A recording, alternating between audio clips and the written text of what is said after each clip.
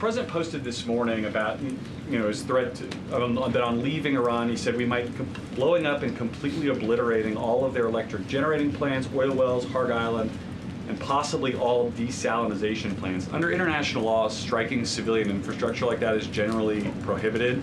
Why is the president threatening what would amount to potentially a war crime with the U.S. military? And how do you square that with the administration repeatedly saying that the U.S. does not target civilians?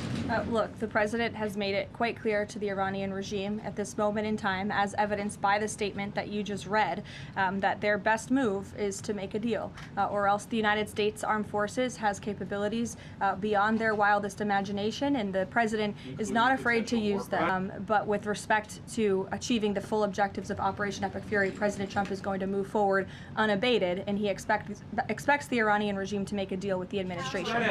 When you're describing that the Iranians you're in contact with are being more reasonable this time around in discussions, what specifically are you hearing that is leading you to that conclusion, and how are you defining what's reasonable versus unreasonable in that regard? What we're hearing from them is more reasonable. They have agreed to some of the points the United States laid out, as the president said last night aboard Air Force One. But again, as for the specifics, as these negotiations are ongoing, we're not going to broadcast them to the world unless the president chooses to do so, which he has the full right to do as the leader of the free world.